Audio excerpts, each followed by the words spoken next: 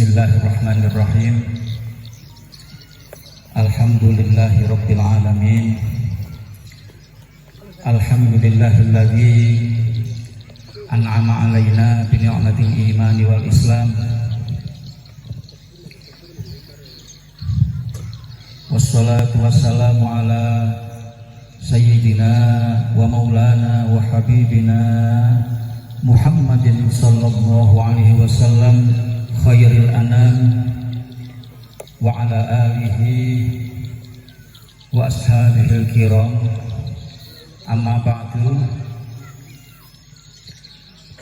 Hadratul muhtaramin, para alim ulama, para kiai, para andre guruta, mobil khusus ya, ini ada Bapak Kiai Khozin Rais Syuriah atau Mustasyar Rais Syuriah, pengurus cabang Nahdlatul Ulama Kabupaten Mamuju Tengah. Dan tak lupa juga terkhusus pada Al-Mukarram Andra Guru Bapak Kiai Muhammad Iqbal selaku pengasuh Pondok Pesantren Salafiyah Karosa sekaligus wakil Rais Syuriah pengurus cabang Nahdlatul Ulama Kabupaten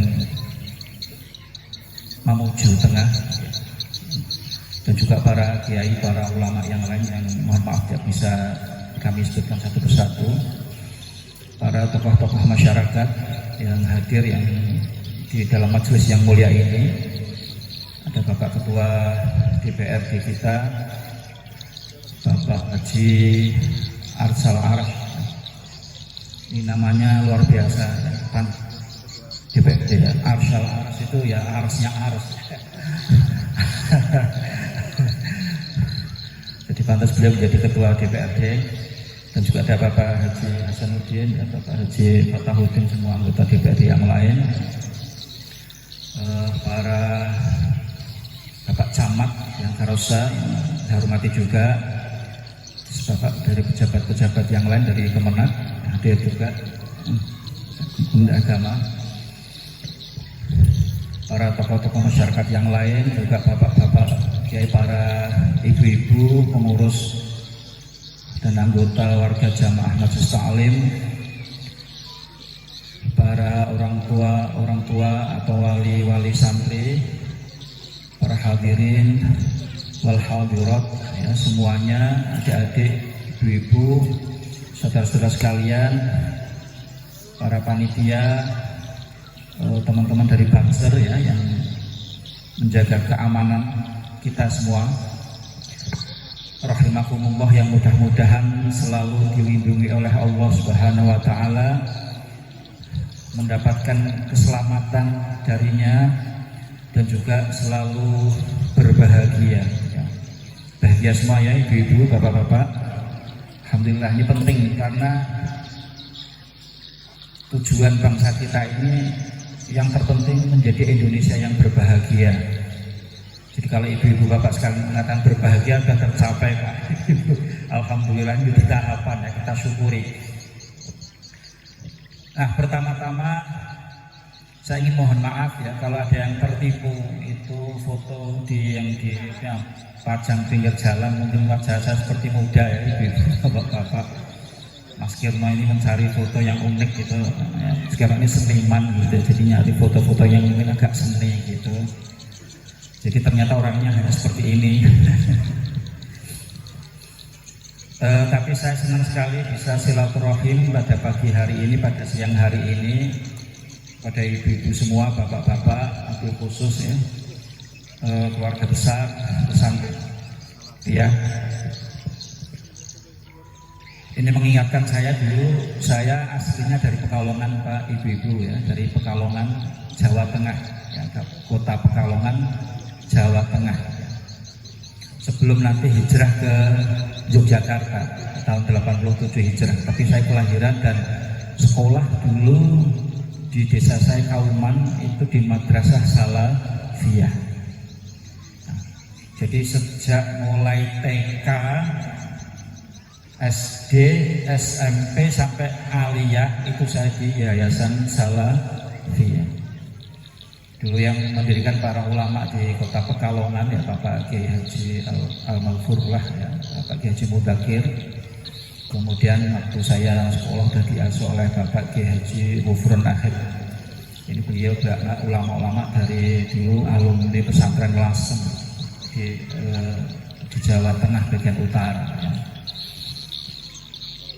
Nah memang seperti disampaikan oleh Pak Kiai Muhammad Iqbal tadi, ini alat ilmu-ilmu salafiyah itu penting ya. Saya ingat di antara yang paling saya melekat di dulu salafiyah itu ilmu sorof. Ilmu sorof, ilmu nahwu ya. Terus pakai Ghufron juga bahkan ngajari ilmu mantek, ilmu logika, kemudian ilmu faraid ya, ilmu-ilmu yang sekarang juga sudah mulai langka.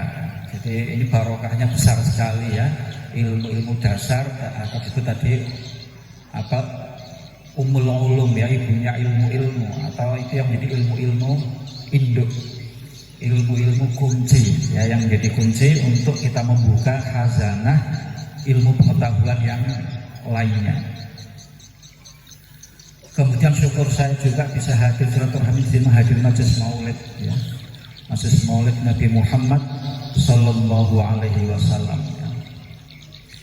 Ini juga fadilahnya besar ya, manfaatnya sangat besar karena kehadiran kita di majelis maulid ini ya, ini majelis zikir, majelis maulid ini oleh Nabi disebut Raudhatun min Riyadil Jannah ya. Menjadi satu kebun dari kebun-kebun surga. Jadi kalau ada orang duduk-duduk majelis ya, di situ dibacakan dzikir, baca sholawat ya, mendengarkan apa kalimat-kalimat yang baik, mau itu hasanah, semua saling berdoa, itu disebut kebun surga.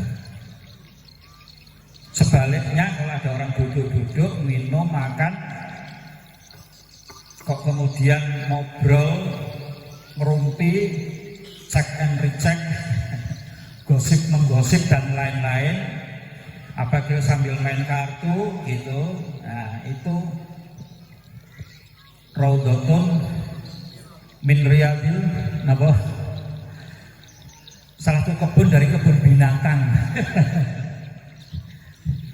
Karena biasa nama-nama binatang disebut-sebut biasanya ya. Nama-nama binatang disebut menjadi kebun binatang. Oleh karena itu para kiai, para ulama sejak dulu selalu menciptakan, membuat majelis-majelis yang di situ dibangkitkan pikir-pikir, sholawat, ada apa bacaan tahlil, bacaan yasin dan seterusnya. Itu dalam rangka sebetulnya membangun masyarakat melalui majelis-majelis tersebut, sehingga satu desa, satu kecamatan, satu wilayah yang di dalamnya banyak diciptakan kebun-kebun surga itu, insya Allah desanya, wilayah menjadi surga, menjadi tentrem, menjadi aman, menjadi damai, menjadi barokah, sejahtera lahir dan batin. Apalagi yang diperingati lebih khusus Maulid Nabi besar Muhammad Sallallahu Alaihi Wasallam ya, afdalul anam ya, sebaik-baik manusia ya. Sayyidul Kaunain ya, pemimpinnya dua alam ya, alam di akhirat dan alam di dunia, alam yang hadir, alam yang kelihatan maupun alam yang gaib. Itu semua dipimpin, pemimpinnya adalah Nabi besar Muhammad Sallallahu Alaihi Wasallam. Sehingga para ulama itu mengatakan kalau ada majelis maulid, di dalamnya ini ada makanan, minuman, lalu minuman dan makannya yang berkah. Ada gula, ada garam, itu semua menjadi berkah. Disampaikan bahkan kalau ini semua nanti dimakan, diminum, ya ini memasuki ke tubuh kita, darah kita. Nanti semua anggota tubuh kita itu bergetar, ya. Oleh apa? Oleh makanan, oleh minuman yang dibacakan, sajikan di dalam peringatan Maulid. Nah, getaran-getaran di dalam tubuh kita ini semua itu tidak akan berhenti sebelum malaikat itu memberi ampun. Jadi kita harus yakin, ibu-ibu, bapak-bapak sekalian yang hadir di majelis maulid ini, apalagi nanti kalau semua hidangannya dihabiskan, ya, dihabiskan jangan ada sisa, itu masuk ke tubuh kita, yakin, ya, insya Allah tubuh kita bersih, ya, bersih dari dosa-dosa. Ya, ini dosa-dosa itu yang mengotori hati kita, mengotori jiwa kita, mengotori roh kita. Ya. Nah, ini pada gilirannya kalau pikiran jiwa kita kotor, maka pikiran kita kotor. Kalau pikiran kita kotor, nanti ucapan kita kotor. Kalau ucapan kita kotor, perbuatan kita juga kotor. Nah, biasanya penyakit kita, penyakit fisik, ya, penyakit fisik, penyakit tubuh kita itu, menurut para dokter, para ahli, itu sumbernya dari jiwa. Sumbernya dari perasaan, sumbernya dari pikiran. Jadi pikiran kotor, perasaan yang kotor itu juga akan bisa menimbulkan penyakit-penyakit di dalam tubuh. Sehingga kalau dosa kita diampuni, itu artinya jiwa kita bersih, pikiran kita jadi bersih, hati kita jadi bersih. Nah, tubuh kita juga jadi sehat. Allahumma amin, ya. Nah, wallahu a'lam, itu setelah saya pulang dari ini bikin dosa lagi biasanya. Ya, itu manusia, ya. Ini santri-santri ini dia kalau habis bersih-bersih ke kamar, ya, bersih-bersih halaman, itu nanti dikotori lagi kan? Kotori lagi. Nah, nanti baca sholawat, karena itu rutin, ya.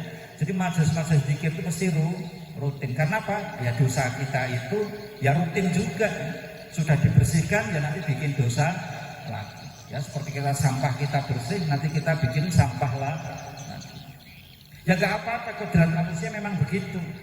Dan justru karena manusia sering mengulang-ulang dosa itu, Allah mendapatkan nama Al-Ghafur dan Al-Ghaffar.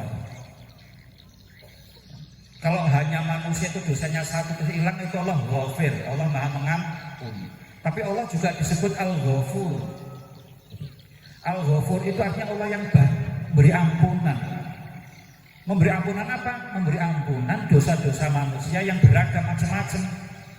Ya, dosa gosip, dosa mengumpat-umpat, dosa berbohong, ya. Banyak sekali dosa-dosa manusia. Maka Allah itu Al-Ghafur, ya. Beragam-ragam dosa itu diampuni. Tapi Allah juga disebut Al-Ghaffar. Al-Ghaffar itu yang maha mengulang-ulang ampunan. Jadi manusia kadang satu dosa sudah mohon ampun istighfar, ya, telat sholat subuh, dosa atau enggak? Ya, ya. Terus sholatnya qadha, ya, dijamak dengan sholat duha. Nah, itu istighfar, ya, astagfirullah. Tapi besoknya diulangi lagi enggak? Diulangi lagi. Minta ampun lagi, ya Allah itu memberi ampun, itu seperti disebut Al-Ghaffar, ya, yang maha mengulang-ulang terus ampunan, karena manusia juga mengulang-ulang dosanya. Satu dosa diulang-ulang terus, sudah minta ampun berulang lagi. Ya. Ini adik-adik tadi sudah minta ampun kepada ibunya, gitu kan, ya, sudah diampuni dosa kepada ibu. Tapi mungkin besok kan bikin dosa lagi nggak ada kepada ibu. Ya, ini dosa lagi, ya, minta ampun sama ibu, diampuni lagi, ya, itu mengulang ampunan. Nah, ya, itu ibu-ibu Pak sekalian, ya, ini Maulid. Kemudian saya syukur juga istimewa hari ini, ya, ini juga harus kita ingat. Itu tanggal dan bulan serta tahunnya istimewa, ya. Istimewa ini bukan memilih hari yang biasa istimewa. Tadi disebutkan tanggal 5 bulan Jumadil Akhir tahun Hijriahnya, ya. Tahunnya adalah 1444. Ini angka istimewa semua ibu bapak-bapak ya. 5 Jumadil Akhir itu bulan ke-6 di dalam kalender Hijriyah ya. Apal nggak ibu bapak-bapak bulan-bulan kalender Hijriyah ya? Yang pertama Muharram ya. Yang kedua bulan Safar. Yang ketiga bulan Rabiul Awal. Yang keempat bulan Rabiul Akhir. Yang kelima bulan Jumadil Awal.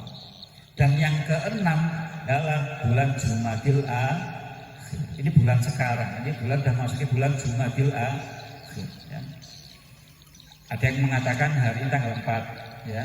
Karena mengambil satu Jumat kan uniknya bulan Hijriah itu tergantung bulan ya, melihat bulan ru'yat ya. Kalau yang kemarin tanggal 24 Desember itu sudah melihat ru'yat bulan dan menganggap itu tanggal 1 atau itu sudah hisab ya, maka sekarang tanggal 5. Kalau yang melihat bulannya itu tanggal 25 kemarin ya, ru'yat itu berarti sekarang itu tanggal 4. Baik 4 maupun 5 itu sama-sama istimewa ya. Tanggal 5 bulan 6 tahun 1444 dihafalkan ya ibu-ibu bapak-bapak ya. 5, 6, 1, 4, 4, 4. Ini istimewa ya. Ini bukan nomor mistik keluar nomor ya. Di Jogja, ini saya nggak ada di Jogja itu ya marak ya anak-anak muda gitu ya suka ya, nyari nomor yang sakti gitu, mau diberikan. Ya. Nah, angka 5 ya. Angka 5 itu angka 5. Hadis Nabi mengatakan dunyal Islamu ala khamsin. Ya. Islam itu dibangun di atas dasar yang 5. Nah, ini ada anggota DPRD juga Pancasila ya, negara kita dasarnya juga Pancasila. 5 asas. Islam juga dibangun dari dasar yang 5 ala khamsin ya. Yang pertama syahadat, yang kedua sholat, yang ketiga zakat atau puasa, yang 4 zakat, yang kelima haji. Ini 5. Nah ini kita pegangi betul ya. Ini kita pegangi betul ya. Bahkan ini menjadi syarat minimal yang harus kita perjuangkan selalu, 5 dasar ini ya. Dan para ulama mengatakan negara kita bukan negara Islam tapi negara Republik Indonesia, tidak apa-apa ya. Yang penting negara itu diakui sebagai negara Islam kalau umat Islam bebas menjalankan yang 5 ini. Negaranya Republik Indonesia, negaranya negara demokrasi, boleh tetap bisa disebut negara Islam itu asal apa? Negara menjamin umat Islam mengamalkan 5 dasar ini, 5 rukun Islam ini. Nah ini penting ya. Ini tadi yang nari ketika kita apa tadi makhluk yang tadi yang nari apa tadi Ufi ya, tari melingkar itu. Kalau kita perhatikan mereka nari itu sambil menghadap jari yang 5. Lihat nggak, ingat nggak itu tadi anak-anak kita itu menari itu juga 5. Itu kayak mengingatkan kita jangan lupa hari tanggal 5, jangan lupa 5 rukun Islam, jangan lupa 5 dasar negara kita Pancasila. Jadi kita tadi memberi contoh itu 5 dilihat terus diamalkan sambil muter-muter ya. Ada yang kecil mau jatuh satu tadi itu kita khawatir. Alhamdulillah selamat ya, itu menunjukkan gitu ya. Ya 5 ya, diingat-ingat 5 penting ya tanggal 5. Kemudian 6 Jumadil Akhir ya, bulan ke-6 Jumadil Akhir. Kalau menurut saya enggak betulan, tadi yang menari sufi itu tadi juga 6 orang ya Pak Iqbal ya. 6 orang. Nah 6 ini melambangkan iman. Arkanul iman sittatun. Ya. Rukunnya itu ada 6 yang diajarkan para ulama-ulama. Ya. Ya. Makanya di Jawa, ya saya contoh Jawa, ya, ada baju adatnya itu namanya baju sur, ya, baju surjan. Ya, itu yang merancang, yang mendesain seorang wali, anggota wali songo yaitu Sunan Kalijaga. Nah, beliau baju itu surjan itu unik. Kancingnya yang di depan ini 5, kancing 5, dan 5 itu yang unik di tengah, 1, 2, 3 itu setelah dikancing itu ada tutupnya sehingga orang tidak bisa melihat yang 3, kancing 3 itu. Kemudian yang 2 di sini kelihatan. Ini melambangkan rukun Islam. Ya. Rukun Islam itu menurut etika para ulama dahulu, yang 3 itu syahadat, sholat, dan puasa itu diamalkan, dikancingkan, tapi nggak usah dipamer-pamer, nah, ditutup. Nah yang 2 kelihatan, ya, itu zakat dan haji. Kalau zakat pasti orang lain tahu, ya. Kalau haji pasti orang lain tahu, terlihat.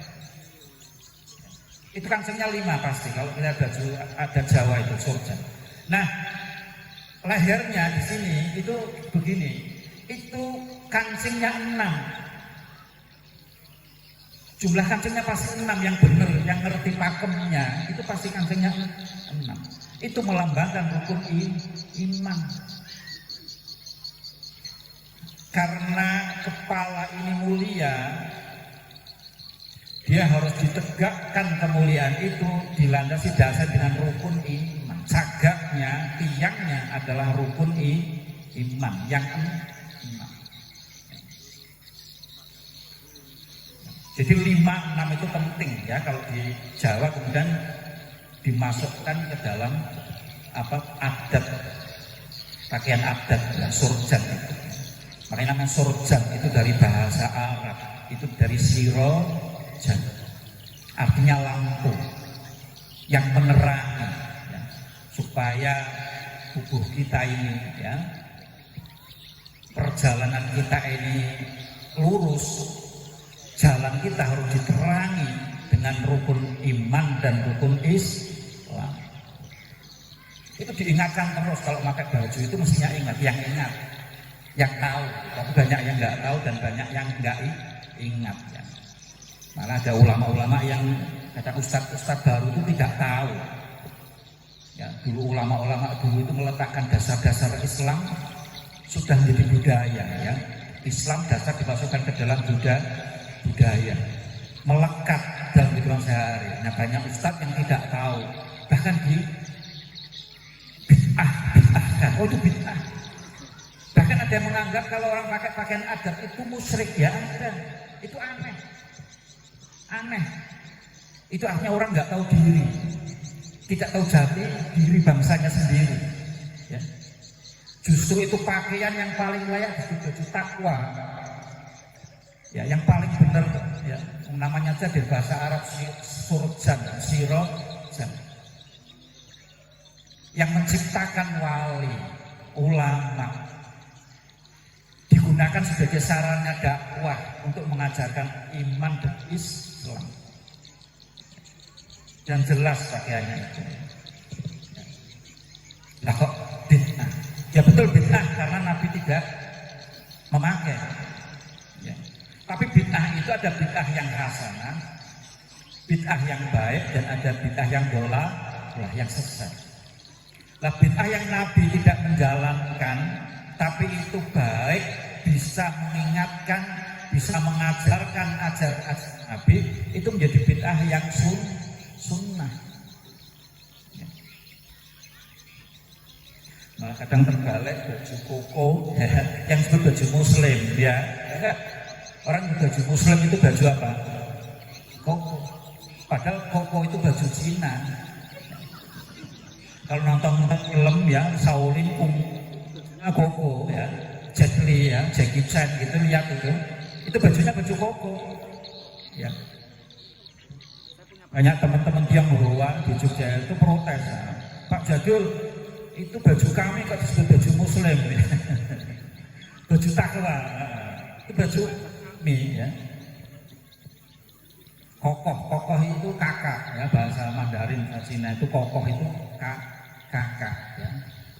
Nah malah bajunya Cina disebut baju Muslim, malah bajunya bangsa sendiri yang diciptakan untuk dakwah Islam malah disebut bid'ah dan musyrik. Kebalik enggak?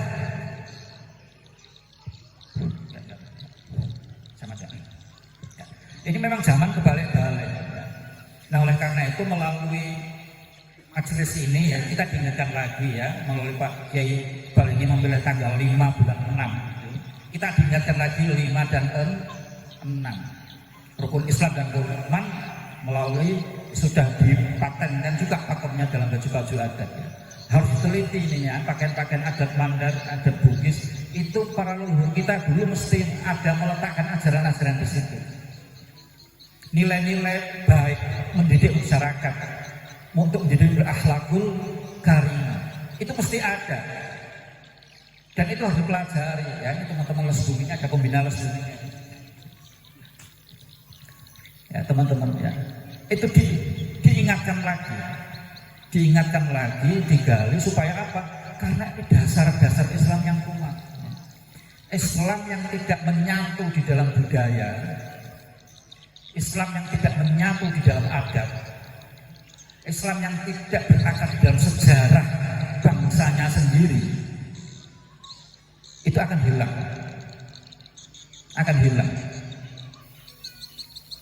Bisa hilang betul ya. Dulu ada kerajaan di Eropa Andalusia. Umat Islam berkuasa di sana 700 tahun. Ya. 700 tahun.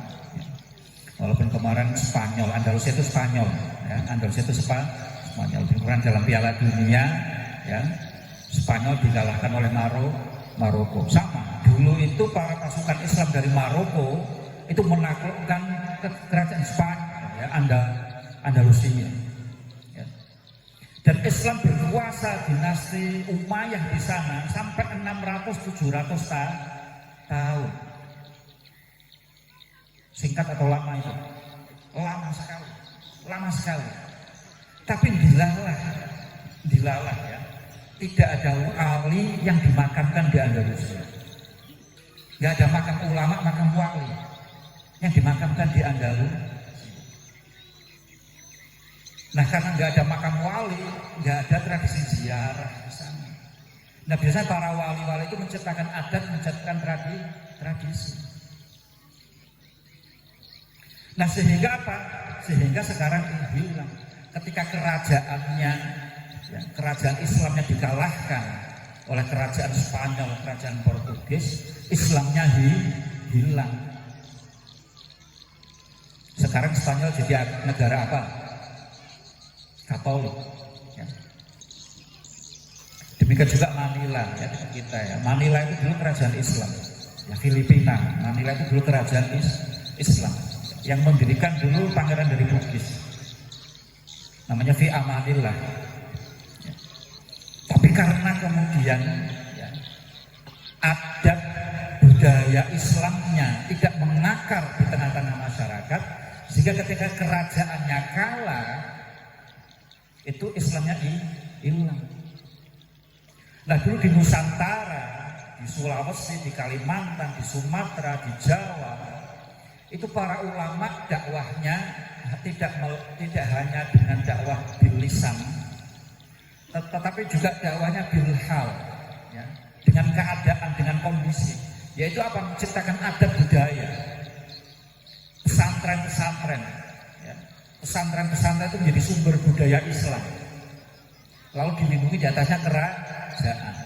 Nah ini dulu orang Belanda salah juga, salah mengira kalau kerajaan-kerajaannya ditaklukkan, rajanya ditahan, dibuang, Islamnya akan hilang. Ya, dulu ada gubernur jenderal Belanda itu bersumpah tidak akan pergi dari Nusantara ini sebelum semua penduduknya menjadi Kristen. Ada sumpah dari gubernur Belanda, mau bilang kan. Nah, mereka mengira seperti di Spanyol, kalau kerajaannya diserbu, rajanya ditangkap, para pangerannya kemudian dididik secara Belanda akan kalah. Ternyata tidak. Ketika banyak kerajaan-kerajaan sudah takluk kalah, masih ada pesantren. Masih ada kiai, para ulama yang kemudian memegang apa? Memegang tampuk menjaga kedaulatan. Para ulamanya ditangkap, ternyata masih ada adat, masih ada budaya. Melalui tari-tarian, apa? Orang Belanda nggak ngerti. Orang Belanda ngira Islam itu seperti di Arab. Ya, pakai putih-putih, pakai jubah, bacanya hanya bahasa Arab. Ya, ini kok bahasa Bugis, bahasa Mandar gitu kan? Orang Belanda nggak mengira tadi itu. Ya, orang nggak mengira tadi baca itu, oh, ini bahasa adat ini, nah, musyrik ini. Padahal itu dakwah Islam. Ya, bahasa. Ya. Nah, sehingga Belanda nggak mengira ketika ulamanya ditangkap ternyata masyarakatnya masih ada, Islamnya masih ada, dan ini kan tumbuh. Ya. Sehingga kita sudah sampai 350 tahun nggak bisa dikristenkan, malah semakin bertambah. Jadi kunci ya, bapak-bapak, ibu-ibu sekalian, ini kunci resep ya ulama. Karena itu adat, budaya, sejarah dari satu wilayah itu jangan sampai hilang. Harus selalu ditulis, harus selalu diingatkan, harus selalu ditampilkan. Ya, termasuk melalui sarana ini. Menarik ya, peringatan Maulid ini dengan banyak sekali, ada tari-tarian, ada sholawat, ada bacaan Maulid dalam bahasa Bugis ya. Karena itu sendinya dasarnya Islam, macam-macam ya. Dan negara kita Indonesia Nusantara ini kaya dengan adat budaya Nusantara ini. Ya.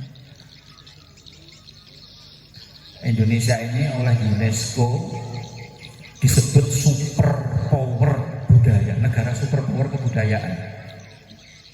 Ya, negara super power kebudayaan. Karena apa? Peninggalannya adat budaya itu paling banyak. Ya. Nah, ini tantangan kita semua, tugas kita semua, tanggung jawab kepada anak-anak muda itu bagaimana menjadikan budaya adat ini bukan hanya semata-mata tontonan, bukan hanya semata-mata penampilan, ya, tapi juga dihayati artinya, dimengerti maksudnya, ya, dipegang tujuannya, ya, dikenali nilai-nilainya, dan itu diajarkan terus-menerus sehingga ini menjadi budaya hidup. Sehingga kita tidak hanya super power dalam bentuk peninggalannya saja, tapi betul-betul bangsa kita bisa dengan budaya ini membangun peradaban. Ya, ini PBNU hari ini mencanangkan 1 abad NU itu temanya merawat jagat, membangun peradaban. Jagatnya dirawat, alamnya dirawat. Udah mulai pada, saya kemarin dengar ya, di bandara Mamuju banjir kan, belum pernah ya. Ini tanda ya, dulu nggak pernah banjir, pada banjir bandang besar. Ya. Ini tanda bahwa alamnya ini udah lama nggak dirawat. Ya. Biasanya anginnya sepotoi, kok banyak angin puting beliung. Ini udara. Ya. Banjir itu air. Ya. Banyak gempa bumi, ya kan? Gempa gitu. Terakhir kemarin di Cianjur dan lain-lain, Gunung Meletus itu tanah. Ya. Ini semua tanda bagi kita. Ini sudah saatnya merawat jagat. Nah, dulu para ulama dulu, para leluhur kita itu dalam rangka merawat jagat itu antara alam. Ya, tari-tarian itu sebetulnya ada hubungannya dengan alam. Itu harus dikenali lagi, disambung lagi. Nah, ini dulu Bapak sekalian, ini 56 ya. Sampai jam berapa ini? Ini belum 1444 loh, ini ya, baru 5. Tanggal 5 bulan 6 ya. 1444 ini juga angka keramat. Satu inilah tauhid. Tauhid. Kesatuan, kemanunggalan, keesaan. Ya, alam ini akan tercerai-berai kalau tidak berpijak pada tauhid. Ya. Esa, ya. Allah yang esa. Dan itu inti dari segala-galanya. Ya. Satu. Ya. Para ulama mengatakan satu itu bukan angka. Ya. Satu itu bukan 2 dikurangi 1 atau 4 dikurangi 3, bukan. Satu itu ketunggalan utuh. Makanya para ulama ada mengatakan mulai angka itu hanya 3. Ya. Ya. Tapi nggak usah sampai ke sana. Ya. Kita cukup satu. Sila pertama kita ketuhanan yang Maha Esa. Tauhid. Ya. Tauhid ini harus kita pegang. Kemudian 4 yang pertama itu tauhid kita pada Allah itu 4 itu jumlah hurufnya kata lafaz Allah. Alif, lam, ha. Itu 4 ya. Jadi tauhid kita menyatu kepada Allah, kita harus juga mengenali 4 huruf itu.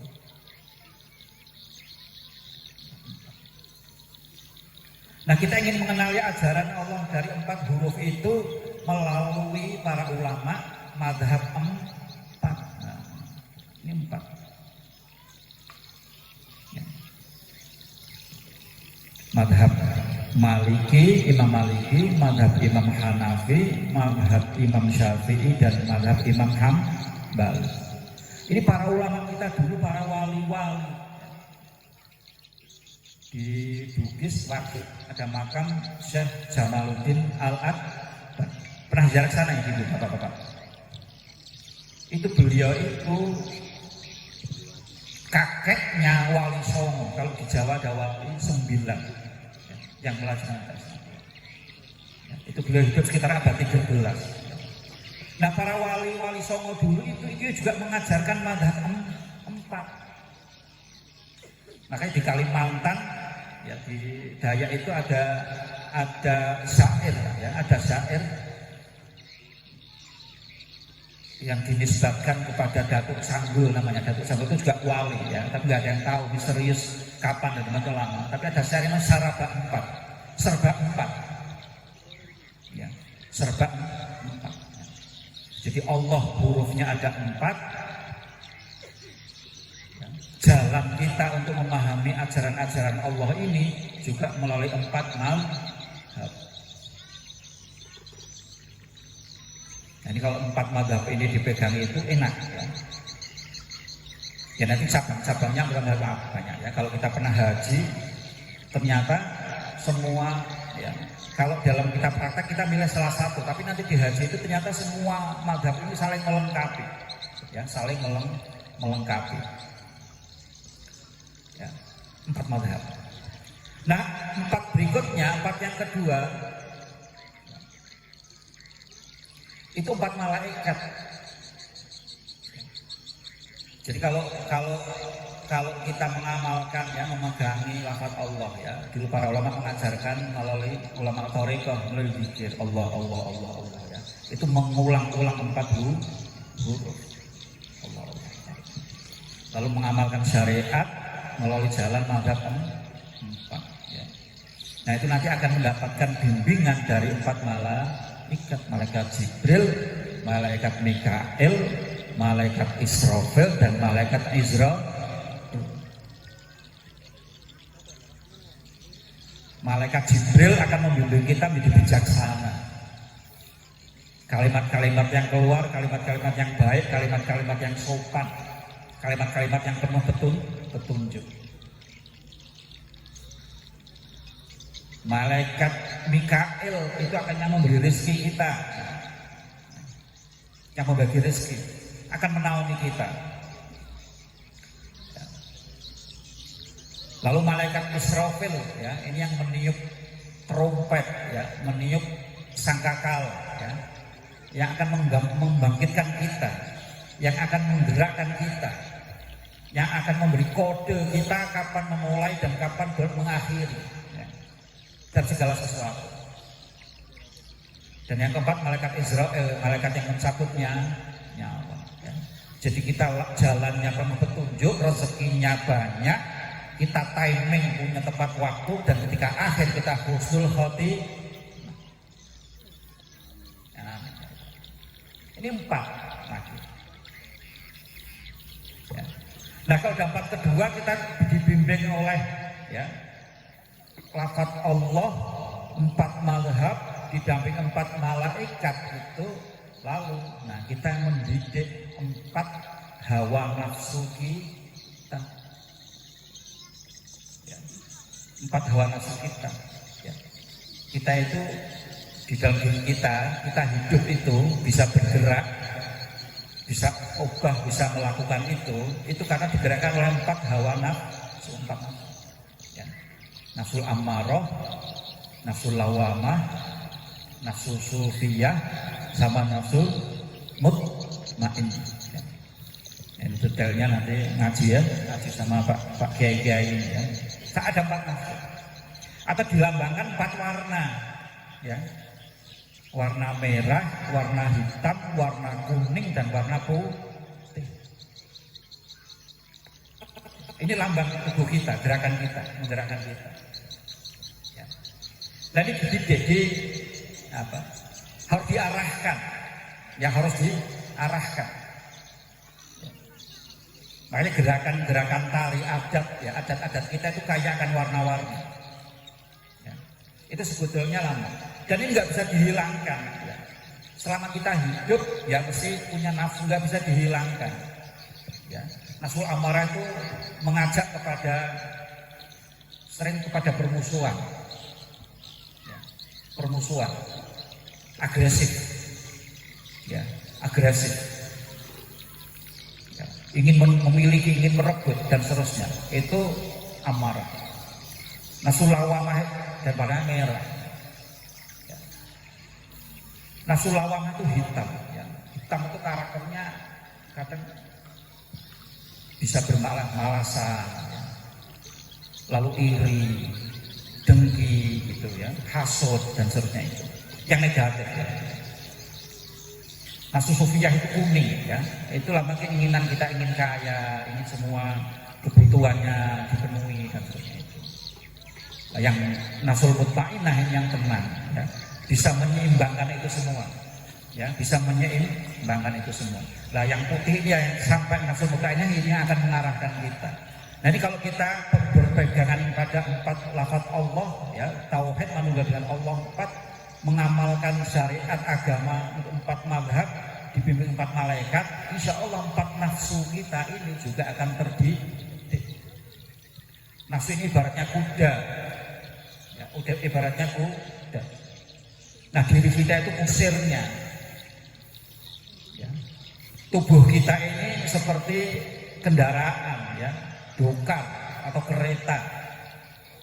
Nah, ini kalau kusirnya nggak bisa mengendalikan kuda, tapi sebaliknya justru kuda yang mengendalikan kusir, nah, ini repot, ya. Kereta kita nggak bisa sampai kepada tujuan, akan muter, akan nabrak, bahkan bisa masuk jurang. Tapi tanpa kuda, ya kereta kita nggak jalan. Ya, tanpa kuda, kereta kita itu nggak jalan. Nah, sehingga karena kuda ini harus ada sebagai kendaraan hidup, tapi kuda ini kalau nggak dikendalikan, nggak dididik, nggak diajari, itu akan liar. Oleh karena itu penting. Ya. Nah, ini 4 yang ketiga. Sehingga apa? 4 yang ketiga ini pun menunjukkan juga 4 arah mata angin. Ke segala arah.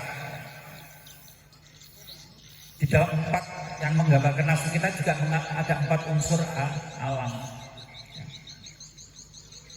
Ya.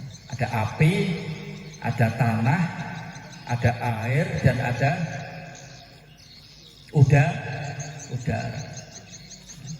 Di dalam diri kita juga 4 unsur alam itu semua ada. Air ada nggak dalam diri kita? Oh banyak ya. Ibu-ibu tadi saya lihat ketika mendengarkan anak-anak nyanyi pada nangis ya. Nah, keluar. Ya.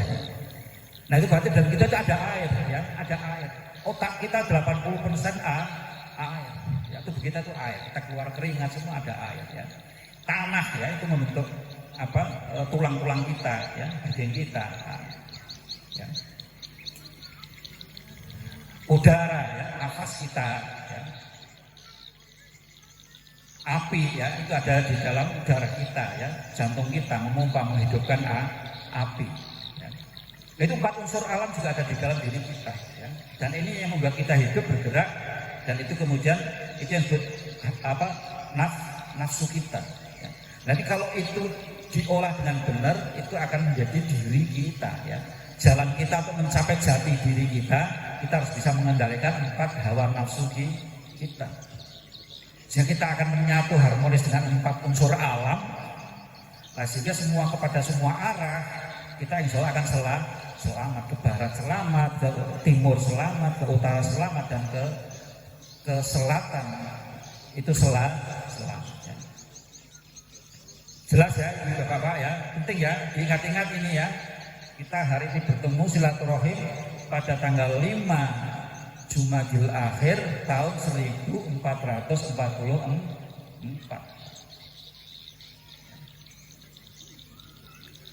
Nah, 56144. Nah, cara para ulama dulu ya. Nah, ini ajaib ya, ajaibnya bangsa kita itu. Ini saya masih menghadiri peringatan Maulid Nabi pada bulan Jumadil Akhir. Ini luar biasa. Ini nggak ada di tempat lain. Di Mekah, di Madinah itu nggak ada peringatan Maulid Nabi. Sampai sudah lewat berapa bulan ini? 3 bulan. Ini khas Nusantara, khas Indonesia. Ya khas Indonesia. Di negara-negara nggak ada. Mereka paling 12 Rabiul Awal selesai. Ya, 12 Rabiul Awal selesai. Tapi di Indonesia, di Nusantara, kecintaannya kepada Nabi, cara masuknya Islam yang mengakar antara melalui peringatan Maulid, dan sampai 3 bulan belum selesai ya. Dan ini sejak dulu ya. Saya pernah ke Aceh ya. Saya membaca undang-undang kerajaan Aceh ya, undang-undang kerajaan Aceh abad 16 1500 sekian. Di dalam undang-undang kerajaan Aceh itu memang ada gitu. Supaya di dalam kerajaan Aceh itu kalau menyelenggarakan Maulid Nabi dalam waktu 3 bulan. Supaya apa? Supaya semua ulama-ulama bisa saling mengunjungi, bisa saling silaturahmi, keliling. Saya kalau hanya diadakan dalam 1 hari nggak cukup. Wilayah kita luas. Kalau dalam 1 bulan bahkan nggak cukup. Karena itu sampai 3 bulan. Supaya apa? Supaya cukup. Dan itu sampai sekarang ya, sampai sekarang. Dan maulidnya meriah macam-macam bentuknya ya. Biasanya ada telur ya, di Jogja, Mataram itu kalau maulid sekaten itu ada telur ya. Itu ada telur. Telur itu lambang dunia. Ya, telur itu lambang dunia. Ya. Telur itu ada kulitnya, ada putihnya, ada kuningnya. Jadi lama lagi ini ya. 3 dunia, dunia atas, dunia tengah, dunia bawah. Asal mula manusia kalau di Sulawesi kan Komanurung ya. Pertemuan dunia atas dan dunia bawah lalu melahirkan manusia. Ya. Nah, ini dunia atas itu alam rohani, dunia bawah itu alam bumi, ya, 4 unsur alam itu, dan manusia itu tengah lahir dari 2 pertemuan itu. Jadi manusia itu ada rohnya, ada alamnya, ya, ada jasadnya, tubuhnya. Ya. Telurnya itu disundut, ya, ditusuk. Ya, itu kesatuan. Ya. Namanya Songgo Buwono. Kalau di Jogja namanya itu Songgo Buwono, ya, menyangga dunia. Ya. Itu Nabi Muhammad SAW penyangga dunia. Tanpa peringatan Maulid dunianya akan guncang. Ya. Tanpa tadi 5, 6, 1, 4, 4, 4 dijalankan dengan benar, dunia akan goyah. ini banyak gempa, banyak banjir, angin besar, macam-macam. Ini tanda peringatan bagi kita semua, diingatkan. Sudah saatnya dikuati lagi, ya, dikuatilah di 144. Ini dakwahnya para ulama dulu, sejak dulu, ya, melalui adab. Ya. Jadi bahkan tubuh kita itu melambangkan 4 huruf. Selamat datang, Pak. Tubuh kita itu juga dilambangkan 4 huruf, ya. Mohon maaf ini dulu, Bapak, ya. Nanti kita harus bisa melihat adat-adat budaya kita, tari-tarian, ya.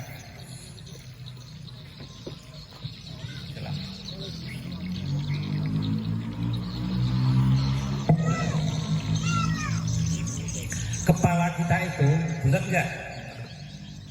Itu melambangkan huruf mim. Kepala kita itu melambangkan huruf apa? Mim. Tubuh kita apa? Pundak kita, tangan kita ini melambangkan huruf H. Ya. H. Lalu mohon maaf ya, pantat kita itu melambangkan huruf apa lagi? Mim. Dan 2 kaki kita melambangkan huruf dal. Ditasrif kayak Iqbal. Mim hak mim dal. Apa bunyinya? Muhammad. Jika Nabi Muhammad itu menganjurkan kalau kita tidur itu miring ke kanan, ya enggak? Beliau melambangkan kalau tidur miring ke kanan, ya. Bantalan itu miring ke kanan. Ya, kalau kita miring ke kanan, kita dilihat dari belakang, apa bunyinya? Muhammad. Ya. Nah, para ulama dulu lalu mengajarkan untuk membumikan ajaran-ajaran Nabi Muhammad, kecintaan pada Nabi Muhammad itu antara dengan tari-tarian. Karena tari-tarian itu mengubahkan tubuh kita, kepala kita bergerak, tangan kita bergerak, ya. Pantat kita bergerak, kaki kita bergerak. Untuk apa? Untuk dimasukkan cahaya Muhammad, Nur Muhammad. Ya. Jadi tubuh kita dalam rangka memperingati Maulid, menari, lalu dengan sholawat, ya, itu akan menyiapkan supaya tubuh kita, Muhammad kita menyiapkan menerima cahaya Muhammad. Dan itulah di antara rahasia kenapa umat Islam di Nusantara ini umat Islam yang terbanyak. Ya. Nabi Muhammad itu pernah bercanda dengan sahabatnya. Maaf turun dikit lagi ya. Bercanda kepada para sahabat-sahabatnya. Ya. Ayyul iman ajabu indallah. Ya. Imannya siapa yang paling dikagumi oleh Allah, paling ajib, ya, paling ajib, ya, paling mengherankan. Para sahabat mengatakan, imanul malaikat, ya Rasul. Tentu imannya malaikat. Allah mengatakan, bagaimana imannya malaikat mengagumkan? Mereka diciptakan dari cahaya tanpa nafsu. Mereka hanya diciptakan menurut programnya. Ya. Jadi tidak mengherankan. Lalu imanul anbiya, imannya para nabi. Kata Nabi enggak. Karena Nabi sudah dipilih oleh Allah sejak awal, sejak lahir, dijaga. Nabi melihat mendapatkan wahyu. Jadi tidak mengherankan. Kalau begitu imanus sahabat, imannya para sahabat. Nabi mengatakan, imannya sahabat mereka bertemu dengan para nabi. Mereka langsung melihat bertatapan dengan nabi. Ya, mereka mendengarkan langsung wahyu dari nabi. Jadi mereka ya kalau beriman ya tidak begitu mengherankan. Lalu sahabat, lalu siapa? Nabi mengatakan imanu awakhiri ummati. Yang mengherankan Allah, mengagumkan Allah itu imannya umatku yang paling akhir. Siapa awakhir umati, akhir umatku akhir? Menurut Mbah Kiai Maimun Jubair itu akhir umati itu umat Islamnya Indonesia. Ya. Mereka jauh dariku. La yudriku Nabi, mereka tidak bertemu denganku. Wala yudriku na ashabi. Mereka tidak bertemu dengan sahabat-sahabatku, jauh, tapi mereka bisa mempunyai keimanan yang kuat dan bahkan terbesar. Dan ini di antara rahasia. Rahasia apa? Para ulama yang berdakwah di sini tidak sekedar hanya menyampaikan Quran dan hadis, hanya tafsir, tapi juga mengajarkan itu melalui bahasa, melalui adat, melalui budaya, dan dimasukkan ke dalam tubuh. Jadi sebenarnya para penari-penari itu membawa ajaran-ajaran di dalam tubuhnya, di dalam gerak-gerak tarinya, di dalam lagu-lagunya, di dalam bahasanya. Para ulama kita mengangkat bahasa lokal, bahasa Nusantara, bahasa Bugis, bahasa Makassar, bahasa Jawa, bahasa Melayu menjadi bahasa agama. Ya, menjadi bahasa agama, diangkat. Ya. Dulu kerajaan-kerajaan lalu ditulis kitab-kitab di dalam bahasa Melayu, bahasa Bugis. Untuk apa diajarkan? Sehingga apa? Bahasa-bahasa adat, bahasa daerah menjadi bahasa persatuan, menjadi bahasa agama. Sehingga tidak mengherankan ketika kemudian kita merdeka umat Islam melahirkan negara menjadi negara republik, dan bahasanya bahasa persatuan bukan bahasa Arab tapi bahasa Indonesia, bahasa persatuan. Dan ini bahasa dakwahnya para ulama. Nah, demikian ya ibu-ibu sekalian, bapak-bapak, teman-teman sekalian, rahimakumullah ya, yang bisa saya sampaikan ya, bagian dari hikmah Maulid ya, pada hari ini. Mudah-mudahan ada manfaatnya ya bagi kita semua untuk menguatkan ya iman kita, menguatkan Islam kita ya. Dan ingat, menguatkan iman dan Islam itu juga dengan menguatkan budaya kita ya. Jangan sampai kebalik ya, ada orang hari ini atas nama tauhid tapi menghilangkan adab, atas nama tauhid menghilangkan budaya. Ini bahaya, ini bisa hilang tauhidnya karena nggak komplit ya. Justru adat budaya itu dulu banyak ajaran para ulama untuk apa? Untuk menubuhkan tauhid, untuk membumikan tauhid, untuk menguatkan tauhid di bumi Nusantara. Sehingga dulu ada hadis Nabi, memang bumi Nusantara itu harus segera didatangkan, diislamkan, karena apa? Nanti akan melahirkan para wali. Dan kita diwarisi oleh dakwahnya para wali itu semua ya. Jadi menguatkan iman kita, menguatkan Islam kita, menguatkan kecintaan kita kepada Nabi Muhammad SAW, dan mencintai, menguatkan adat dan budaya kita, karena itu dalam satu kesatuan. Sehingga betul-betul bangsa kita, negara kita bisa menjadi baldatun thayyibatun wa rabbun ghafur. Indonesia raya, Indonesia aman, Indonesia tentram, Indonesia bahagia. Akhirul kalam, wallahu muwaffiq ila aqwamit thoriq. Wassalamualaikum warahmatullahi wabarakatuh. Ya